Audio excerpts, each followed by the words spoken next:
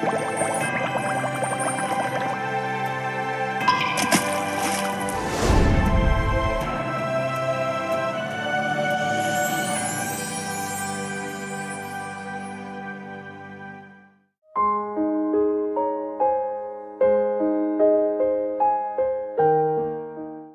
오늘 여러분들하고 성탄 스토리, 우리가 너무 잘 아는 예수님의 성탄 스토리를 나누려고 하는데요. 아마 신앙생활 한 20년 정도 하신 분들은 1년에 한 2번 정도 성탄 설교 듣잖아요. 성탄주일 아침에, 또 성탄절 당일에 1년 2번 정도 성탄 메시지 듣는다면 20년 정도 신앙생활 하신 분은 한 40번 들으셨고, 30년 신앙생활 하시면 60번 들으셨고, 심지어 50년 신앙생활 하신 분은 100번의 성탄 메시지를 들으셨으니까 성탄절날 어떤 본문이 딱 나오면 다 아는데, 오늘도 목사님 이 내용 하실 텐데 우리 그렇게 생각하는 분들이 없지 않아 계실지 모르겠습니다. 여러분, 그런데 여러분들이 성탄의 메시지를 아는 것과 성탄의 스토리를 믿는 것은 완전히 다른 것입니다. 오늘 성탄의 스토리가 내 머리로 아는 것으로 그쳐진 것이 아니라 2000년 전 이 땅에 오신 그 예수님은 지금도 살아서 나와 함께하고 있다는 사실, 그분이 나를 위해서 인간으로 오셨다는 사실을 정말 믿음으로 말미암아 믿음의 기적과 믿음의 능력이 나타날 수 있는 이 아침 되기를 주님의 이름으로 간절히 축원합니다. 예수님의 성탄 스토리는 신약 성경의 마태복음과 누가복음에 집중적으로 기록되어 있습니다. 그래서 오늘 저는 여러분들하고 마태복음과 누가복음을 번갈아 가면서 오늘 성탄의 스토리를 함께 묵상해 보기를 원합니다. 자, 먼저 요셉의 이야기를 한번 들어가 보도록 하죠. 요셉 참 평범한 사람입니다. 우리처럼 일상에서, 우리처럼 일터에서 성실하게 일을 하고 있던 남자 요셉. 그도 그의 일터인 목공소에서 최선을 다해 목수의 일을 감당하고 있던 어느 날, 그는 상상할 수도 없는 기가 막힌 소식을 듣게 됩니다. 그것은 자기의 약혼녀, 자기하고 단 한 번도 동침해 본 적이 없는 자기의 약혼녀가 임신을 했다는 정말 어이없는 소식을 듣게 됩니다. 큰 충격이죠. 그런데 임신을 한 장본인인 마리아, 당사자인 마리아의 충격은 요셉보다 더 컸겠죠.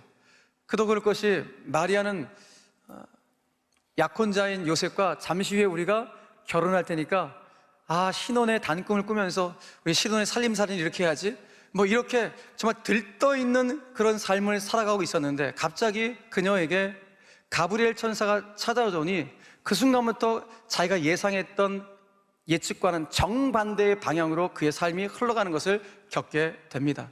그도 그럴 것이, 천사가 다가와서 그녀에게 다짜고짜 이렇게 말을 합니다. 하나님의 큰 계획이 있는데, 하나님의 큰 계획을 위해서 너의 몸이 필요하다. 그래서 네가 임신을 할 텐데 너의 임신은 성령으로 인한 잉태야, 성령으로 인한 임신이야 라는 이와 같은 이야기를 천사로부터 듣게 된 것입니다. 여러분, 이건 당혹스러움을 넘어서 존재 자체가 흔들려지는 경험이 아닐 수가 없습니다. 아니, 내가 무슨 임신, 천사는 또 뭐고 성령은 또 뭐고, 정말 이해할 수 없는 그 모든 단어들을 다 조합해서 나에게 말씀하고 있는 천사의 이야기를 들을 때, 이건 당혹스러움을 넘어서 내 존재가 뭐지? 나는 그의 존재 자체가 흔들려지는 그런 일이 아닐 수가 없었던 것입니다. 특별히 이 사건으로 인해서 앞으로 마리아 앞에 벌어질 일들을 상상만 하기만 해도 마리아는 머리가 아파왔을 것입니다. 왜? 결혼도 안 한 여인이 임신한 것에 대해서 주변에서 막 쏟아낼 그 의혹의 눈초리를 내가 어떻게 견뎌내지? 이거 생각하면 막 머리가 지끈지끈 아파오기 시작합니다. 무엇보다도 내가 임신했다는 사실을 내 약혼자 요셉에게 이거 어떻게 내가 말을 해야 되지? 이것 때문에 우리의 약혼이 파탄이 된다면 나는 앞으로 어떻게 살아가야 되지? 이것만 생각하면 너무 가슴이 조여오고 머리가 지끈지끈 아파오는 그런 순간이 아닐 수가 없는 것입니다. 자, 그럼에도 불구하고 오늘 마리아가 천사의 말을 듣고 내린 결정이 무엇인가? 라는 것입니다. 그녀는 이렇게 결정합니다. 누가복음 1장 38절 말씀입니다. 마리아가 이르되 주의 여종이오니 말씀대로 천사 당신이 말씀한 대로 내게 이루어지기를 원한다는 이 고백을 하면서 하나님의 원대한 계획을 천사로부터 들은 것을 오늘 수용하는 것을 보게 됩니다. 도대체 마리아는 무엇 때문에 이런 결정을 했던 것일까요? 세상 물정 전혀 모르는 촌뜨기 처녀였기 때문에 그냥 천사가 나타나니까 그렇게 하든지 말든지 알아서 하세요, 이런 심정으로 허락한 것일까요? 전혀 그렇지 않습니다. 여러분, 누가복음 1장에 마리아의 노래, 소위 마리아의 찬가가 나오는데, 마리아가 직접 창작해서 부른 노랫말이 나오는데, 그 노랫말을 읽다 보면은 이 당시에 마리아가 세상 물정을 모르는 그런 처녀가 아니라 현실 감각이 탁월하고 시대의 상황을 꿰뚫어 보고 있었던 그런 자매였음을 우리는 짐작해 볼 수가 있습니다.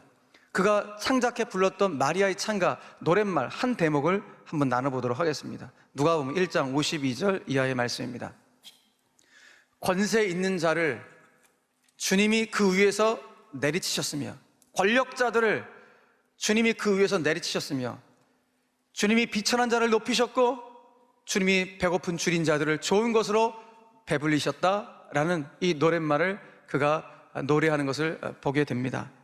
여러분 보십시오. 지금 마리아가 이 노래를 하고 있는 것을 봤을 때, 이 노랫말만 봐도 이 당시에 권력자의 억눌림을 당해갖고 너무 힘겹게 살아가는 이 민초들의 이 어려운 상황들을 마리아가 잘 알고 있었던 것 같고, 동시에 많은 사람들로부터 무시당했던 그 비천한 자들의 그 아픔을 그가 잘 알고 있었던 것 같고, 이 당시에 경제적 수탈을 당해갖고 너무 힘겹게 배를 골무며 살아가는 굶주린 자들의 이 배고픔의 서러움을 이 마리아가 너무 잘 알고 있었다는 것 사실을 알게 됩니다. 자, 이걸 봤을 때 그녀가 오늘 자기에게 찾아와서 말을 하는 천사의 말에 수용한 이유가 무엇일까? 아마도 그것은 다른 것이 아니라 그녀는 생각한 거예요. 아, 그렇구나. 새로운 세상을 만들기 위해서, 더 좋은 세상을 만들기 위해서 권력자의 억눌림을 당하는 그런 세상이 아니라, 배가 고파 허덕이는 그런 세상이 아니라, 무시당하는 그런 세상이 아니라, 모두가 다 행복하게 공평하게 사는 그런 나라, 더 좋은 세상을 만들기 위해서 하나님이 그런 세상 만들기 원하세요? 그런 원대한 계획이 있으세요? 더 좋은 세상, 새로운 세상을 만들기 위해 하나님, 저의 몸이 필요하신 거예요? 그렇다면 저의 몸을 사용하세요. 라는 차원에서 오늘 하나님께서 천사를 통하여 말씀하신 그 내용을 수용하는 것을 보게 된다는 것입니다. 자, 우리는 여기서 깨닫습니다. 다른 것이 아니라 주님이 이 땅 가운데 왜 오셨습니까? 이 땅의 모든 어둠을 몰아내고 빛의 사역을 감당하기 위해서, 생명의 사역을 감당하기 위해서 이 땅에 오셨는데, 빛의 사역을 감당하기 원하시는 바로 그 주님은 당신의 몸이 되어 드리기를 원하는 바로 이들을 통해서, 다시 말해 당신의 손과 발이 되어 드리기를 원하는 바로 이들을 통해 그들의 몸속으로 들어오시고, 당신의 손과 발이 되기를 원하는 바로 그들을 통해서 영광스러운 구원의 사역, 생명의 사역, 빛의 사역을 감당하길 원하신다는 것입니다.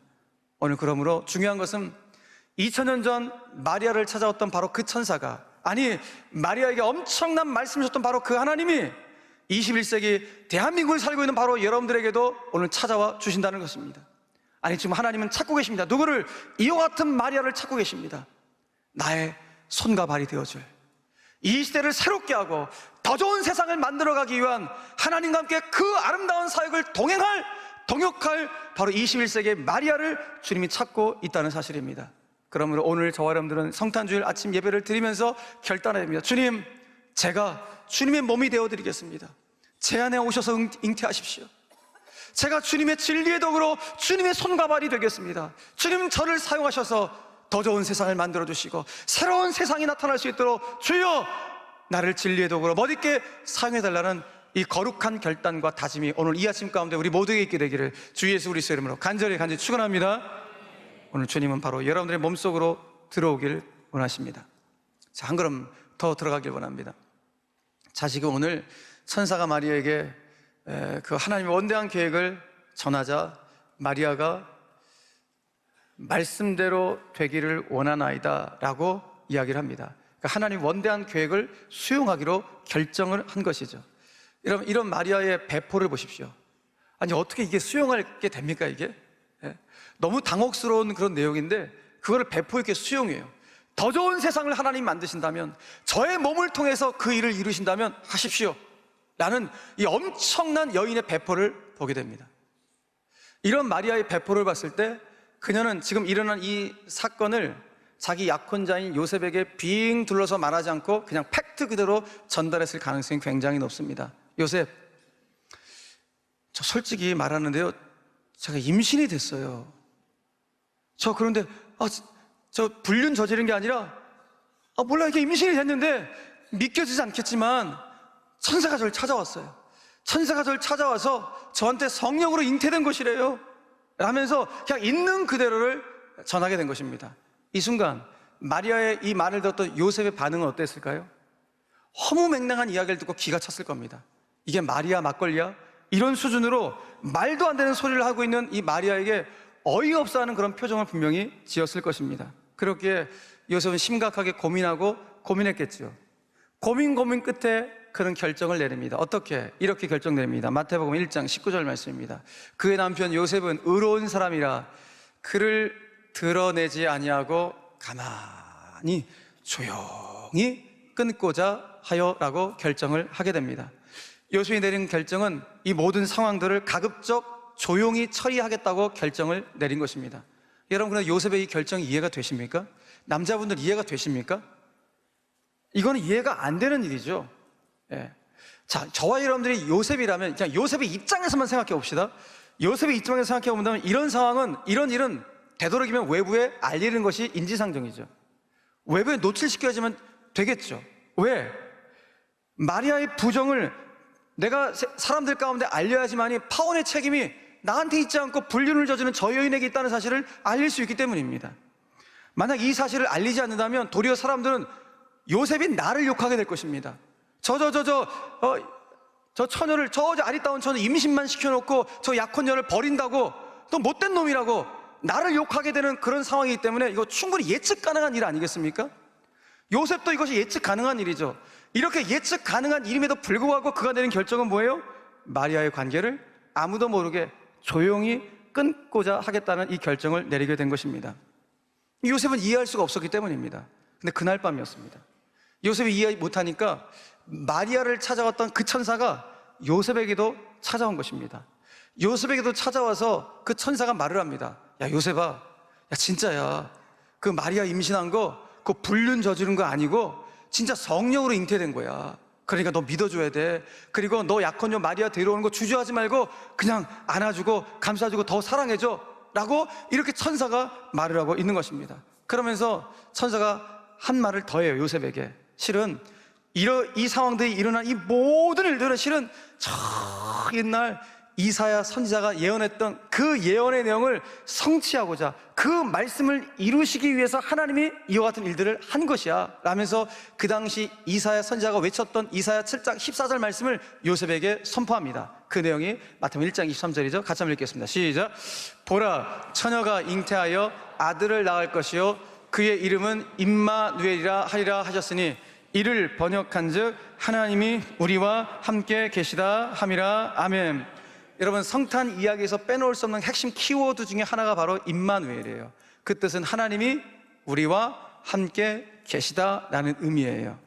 여러분, 한번 상상해 보십시오. 온 천지 만물을 창조하신 하나님이 나하고 함께 계신다? 너무나 신비한 일이고 너무나 놀라운 일이에요.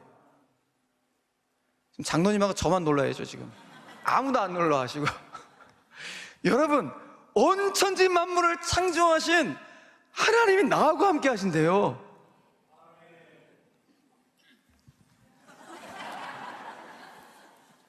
우리가 지금 상황이 이렇다니까요.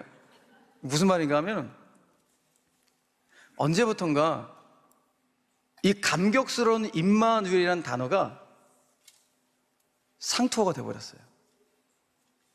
그저 그냥 크리스마스 시즌에 목사님을 통해 이 강단에서 한 번 듣는 정도의 상투적인 언어가 되어버렸어요. 그냥 감격이 없어요. 하나님이 나하고 함께 하신다는데 설레지가 않아요. 그냥 맹숭맹숭해요. 함께 하시든지 말든지 주님이 알아서 하셔요. 이런 상태가 되어버린 거예요. 여러분, 성탄은 우리의 신앙의 순수함을 다시 회복하는 시간이에요. 메마르고 찢어버리고 시들어버린 우리의 신앙이 다시 회복하는 시즌이 성탄의 시즌이에요. 그 옛날 어렸을 때 탄일종이 땡땡땡 찬송 부리면서 새벽성을 다니면서 예수님이 탄생하셨습니다. 예수님이 우리 죄 때문에 십자가에 죽으시고 우리 때문에 오셨습니다. 이 복음을 증거했던 그 순수함들을 다시 회복하는 시간이 성탄의 시간이에요. 근데 어느 순간인가 하나님이 나와 함께 하신다는 임마누엘이 선포되는데도 불구하고 감각이 없어졌어요. 하나님의 살아계심에 대한 이 영적 감각이 너무 묻어진 거예요. 왜 그럴까요? 그 이유는 저는 우리가 너무 지금 배불러서 그래요. 너무 잘 살아.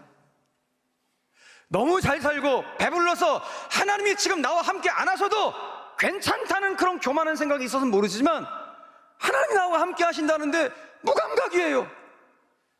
여러분, 그 옛날 70년대 80년대 경제적으로 정말 못 살았을 때, 그때요 하나님이 나와 함께 하신다고 했을 때, 하나님 저는 이렇게 힘들지만 하나님이 나와 함께 하신다니까 제가 다시 희망을 찾습니다. 다시 용기를 내 일어서겠습니다. 그래서 성탄의 메시지가 그렇게 은혜스러울 수가 없었어요. 우리 가정과 내 삶은 이렇게 힘겹지만 그래도 하나님 나와 함께 하신다니 다시 용기를 내겠습니다. 이 마음이 있었는데 우리 지금 너무 잘 살아, 너무 배불러, 하나님이 함께 하신데도 전혀 감각이 없는 그런 순간까지 오게 됐다는 것이 얼마나 안타까운지 모릅니다. 임마누엘도 할렐루야도 은혜라는 단어도 사랑이라는 단어도 다 종교적인 언어가 되어버렸어요. 이 성탄의 기쁜 시즌에 제가 뭐 화를 내면서 설교하는 것 같은데 화내는 게 아니에요, 여러분. 우리가 영적으로 한번 도전을 받아야 된다는 거예요. 네. 우리가 너무 좀 메말라진 거예요. 그런데 오늘 이 순간에도 삶의 벼랑 끝에 있는 분들에게는 임마누엘이 상토로 들리지 않을 것입니다. 주님, 저 참 너무 힘든데요, 오늘 목사님을 통해서 임마누엘, 하나님 나와 함께 하신다니까 그 단어가, 오늘 말씀이 저에게 너무너무 힘이 됩니다. 벼랑 끝에 있는 성도들한테는 오늘 상토가 아닐 거예요. 오늘 저와 여러분들이 인생의 절벽 앞에 있다면 오늘 임마누엘은 내 생의 가장 큰 해답이 될 것입니다. 2000년 전 이 당시 로마 제국의 정치적인 억압과 경제적 수탈 속에 살고 있었던 유대 민초들에게서도 그 당시 선포되었던 임마누엘, 하나님이 우리와 함께 하신다는 이 표현은 복음 중에 복음이었고 감격 중에 감격이었습니다. 특별히 오늘 범민 중에 시달리고 있는 요셉에게도 천사가 찾아와서 임마누엘을 선포했을 때 임마누엘이 그렇게도 용기가 되는 것입니다. 나 저 솔직히 믿겨지지가 않아요. 내 약혼자가 임신했다는 것이 정말 믿겨지지가 않는데 내가 너와 함께 하겠다는 그 임마누엘 때문에 오늘 용기를 얻고 이겨내고 일어선 것을 보게 됩니다. 물론 저는 요셉이 한치의 의혹도 없이 천사의 말을 그대로 받아들였을 것이라고 생각하지 않습니다. 감정적으로 정리가 됐을까? 그것도 저는 의심스러워요. 아니, 어떻게 나하고 동참하지 않은 여인이 임신이 어떻게 가능하냐고요. 솔직히 약간 마리아 보는 눈이 의심스러운 게 솔직한 마음일 거예요. 감정적으로 정리 안 됐어요. 의혹의 눈초리가 아직까지 있어요. 그럼에도 불구하고 오늘 요셉의 판단은 무엇인 거예요? 자기 판단을 내려놔요. 내가 여전히 믿기 힘들지만, 내가 의혹이 있지만 내 판단을 내려놓고 지금 이 순간 나에게 내가 너와 함께 하겠다는 임마누엘의 은혜가 나를 덮었기 때문에 오늘 마리아의 그 성령의 잉태를 그냥 결정하기로, 수용하기로 결정하는 것을 보게 됩니다. 여러분, 신앙은 결정하는 것입니다. 내가 조금 의심스럽더라도, 내가 믿겨지지 않는다 할지라도, 예 주님 믿으라고요? 제가 믿겠습니다라고 결정하는 그 순간 우리의 믿음은 그때부터 성장하기 시작하는 것입니다. 우리 삶 가운데 믿지 못할 일이 얼마나 많습니까? 여러분, 성경의 내용 읽다 보면 얼마나 믿지 못할 일이 너무 많습니까? 그런데 이 말씀을 믿겠다고 결정하는 그 순간부터 놀라운 은혜가 우리 가운데 찾아오게 되는 것입니다.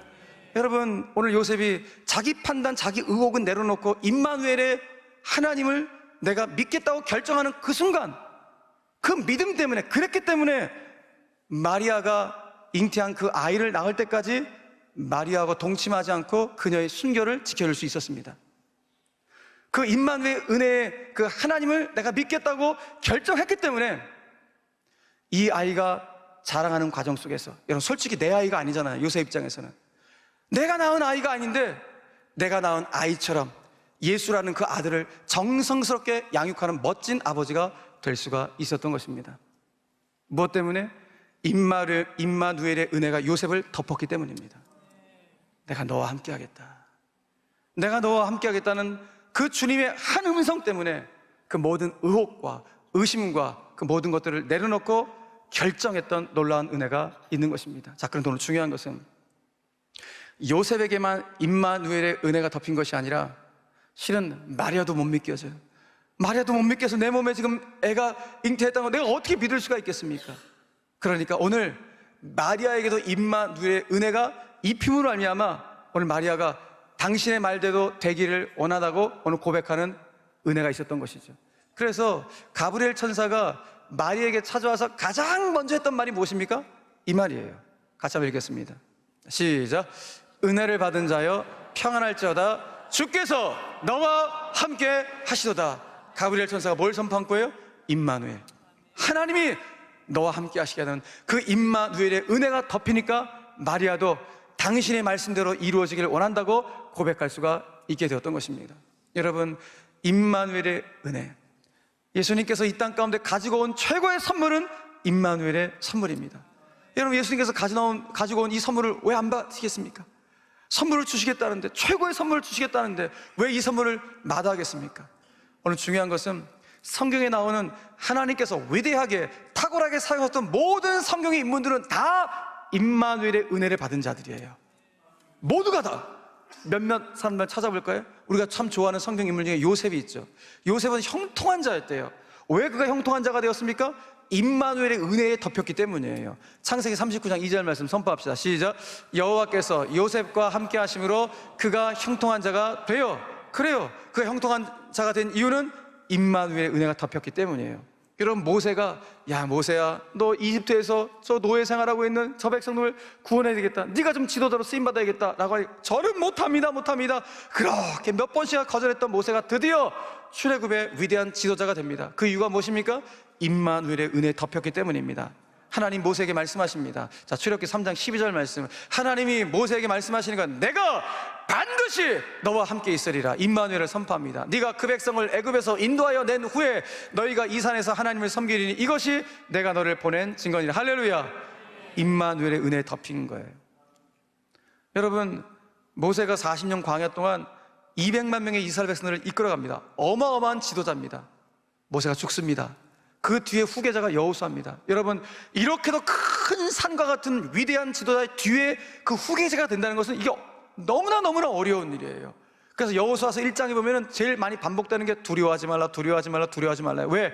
여호수아가 그만큼 두려웠기 때문에. 그런데 여호수아가 그 두려움을 극복하고 이스라엘 백성들을 다시 이끌 수 있는 이유가 무엇인가? 그에게도 임마누엘의 은혜가 덮였기 때문입니다. 그러니까 여호수아에서 이렇게 말씀합니다. 하나님 여호수아에게 말씀하십니다. 네 평생에 너를 능히 대적할 자가 없으리니 내가 모세와 함께 있었던 같이 여호수아 너와 함께 있을 것입니다. 임마누엘을 선포하십니다. 할렐루야. 우리가 너무 좋아하는 신앙인물 중에 다윗 보십시오. 여러분, 다윗은 모든 신앙의 인물 중에서 유일하게 단 한 명 다윗만이 내 마음에 합한 사람이라는 엄청난 칭호를 받은 자가 다윗입니다. 어떻게 이와 같은 칭호를 받은 것입니까? 임마누엘의 은혜가 덮였기 때문입니다. 하나님 다윗에게 이렇게 말씀하십니다. 사무엘하 7장 말씀입니다. 다윗아, 네가 가는 모든 곳에서 내가 너와 함께 있어. 임마누엘을 선포합니다. 내가 너와 함께 있어. 네 모든 원수를 네 앞에서 멸하였은즉, 우리 함께 선포합시다. 시작. 땅에서 위대한 자들의 이름과 같이 내 이름을 위대하게 만들어 주리라. 할렐루야. 오늘 이 말씀 여러분들 말씀 되시길 바랍니다. 하나님 약속의 말씀이에요. 내가 너와 함께 있어. 내 이름을 하나님 나라의 위대한 이름으로 만들어주겠다는 이 약속이 우리 가운데 임할 줄로 여러분 믿으시길 바랍니다. 오늘 말씀을 맺으면서 여러분, 그러므로 오늘 저와 여러분들 신비 가운데 꾹꾹 눌러 새길 것이 무엇인가? 다른 것이 아니에요. 하나님 약속하시잖아요. 내가 반드시 너와 함께 하겠다고 임마누엘 선포하시니 오늘 저 여러분들 선포하셔야 돼요. 하나님은 반드시 나와 함께 하신다. 하나님이 반드시 나와 함께 하신다. 신비 가운데 반드시 새겨 넣으시길 간절히 바랍니다. 그래서 한번 선포합시다. 한번 세 번 한번 큰 선포하시는 거예요. 여러분 인생을 향해서, 영혼을 향해서 선포하는 거예요. 자, 시작. 임마누엘의 하나님이 반드시 나와 함께 하신다. 아멘. 다시 한번. 임마누엘의 하나님이 반드시 나와 함께 하신다. 임마누엘의 하나님이 반드시 나와 함께 하신다. 할렐루야. 반드시 함께 하신다.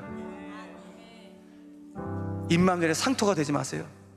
여러분 신앙 고백이 되셔야 되고 이런 삶을 이끌어가는 가장 강력한 힘이 될 줄로 믿습니다. 바라긴 우리 저희의 모든 성도들, 이 땅에 나의 죄를 위하여 인간으로 오신 그 예수님께서 가지고 오신 최고의 선물 임마누엘의 이 선물을 마다하지 마시고 이 선물 다 받으셔서 여러분들의 가정도, 일터도, 삶의 모든 자리도, 여러분들의 자녀들의 앞길도 임마누엘의 은혜에 덮여서 시대 앞에 쓰임받을 수 있는 모세처럼, 여호수아처럼, 요셉처럼, 또 다윗처럼 영광스럽게 쓰임받을 수 있는 우리 모든 가정들, 자녀들 다 되시기를 주 예수 그리스도의 이름으로 간절히 축원합니다. 축원합니다.